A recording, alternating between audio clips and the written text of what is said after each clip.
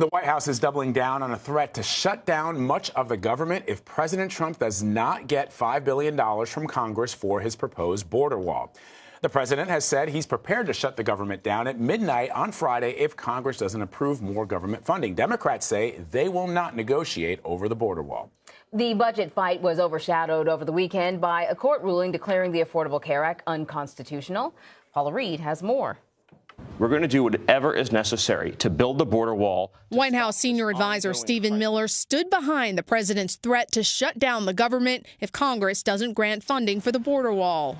And that means a shutdown? If it comes to it, absolutely. This is a very fundamental issue. There are not the votes for the wall in the House or the Senate. Senate Minority Leader Chuck Schumer said Democrats will not budge on their opposition to the $5 billion project. All he's going to get with his temper tantrum is a shutdown. He will not get a wall. He's urging Mr. Trump to accept his party's offer of $1.3 billion for border security. We need border security. An offer that was made to the president during last week's contentious Oval Office meeting. I am proud to shut down the government for border security. If both sides can't reach an agreement by Friday, more than 420,000 federal employees, including over 41,000 law enforcement officials and up to 88% of Homeland Security Department staff, would be working without pay during the holiday season. An additional 380,000 federal employees would be furloughed. What a crowd. Meanwhile, over the weekend, the president applauded a decision by a federal judge in Texas who ruled Obamacare's individual mandate is unconstitutional and that the rest of the law cannot survive without it.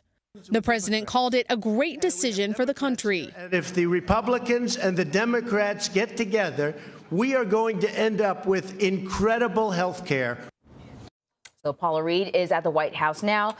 So, Paula, the Democrats said that they've offered the president two options when it comes to keeping the government open. You presented one there, which is far less money than he wants, just a little over $1 billion. Just break down these proposals. That's one. What's the other one? Look, lawmakers on both sides of the aisle have been really scrambling to try to avoid a shutdown, but it does appear that they have reached an impasse. On the one hand, we have the White House asking for $5 billion for this border wall along the U.S.-Mexico border, but then Democrats have put forth two proposals. One is a $1.6 billion funding package that would not provide funding for a wall, but would include improvements for fences along the border and additional border security measures. Now, that is in a bipartisan Senate bill, that proposal, but they've also put on the table, hey, we'll just keep levels where they currently are at $1.3 billion. And over the weekend, Senator Chuck Schumer, he showed no signs of backing down. He said ultimately this will be up to President Trump whether or not he wants to shut down the government over this issue. Paula, so what are the political ramifications? Who's going to get blamed ultimately if this happens? Because you could see the two sides, you know, Chuck Schumer in that meeting in the Oval Office calling it the Trump shutdown, President Trump saying, you know, last time it was you guys. I mean, there are some political ramifications here. Absolutely. I think blame will likely fall along partisan lines, but in terms of the ultimate political effect, this could shut down as much as 1/4 of the government. The different departments and agencies that would be impacted are Homeland Security, Transportation, Agriculture, the State Department, the Justice Department, as well as the national parks. And of course, all of this would occur around the same time. Many Americans are trying to enjoy a holiday and time with their family. But President Trump campaigned on this promise for a border wall. You could argue this was a signature campaign promise, and a lot of his supporters are perfectly fine with the idea of shutting down the federal government, a quarter of it, all of it, in an effort to get this passed. So this is certainly something he's doing that is very calculated. It's a political play to appeal to his base on a signature campaign promise. You saw him there in the Oval Office. He would be thrilled to take credit for a government shutdown, specifically on this promise, because he believes that will resonate pretty well with his base. So another topic before you go, as we mentioned, this weekend, on Friday, a federal judge ruled the Affordable Care Act unconstitutional. So immediately that doesn't mean much because there's probably a likelihood of several appeals. But if ultimately that judge's decision is upheld, what will that mean for health care? That's right. Right now, the one thing that stays the same is that Obamacare continues to be the law of the land. But this federal judge found that Obamacare is unconstitutional. They're saying, look, this law can no longer stand.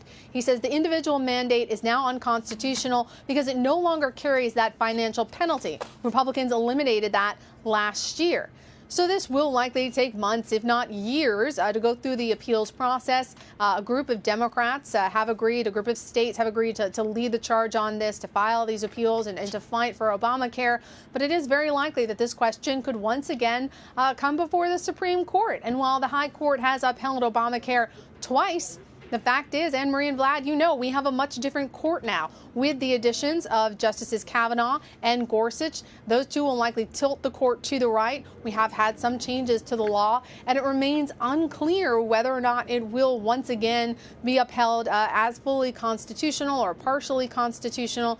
But as of right now, it remains the law of the land. So anyone who depends on Obamacare for their insurance, nothing changes now. But if it does, as many as 17 million Americans could ultimately be affected.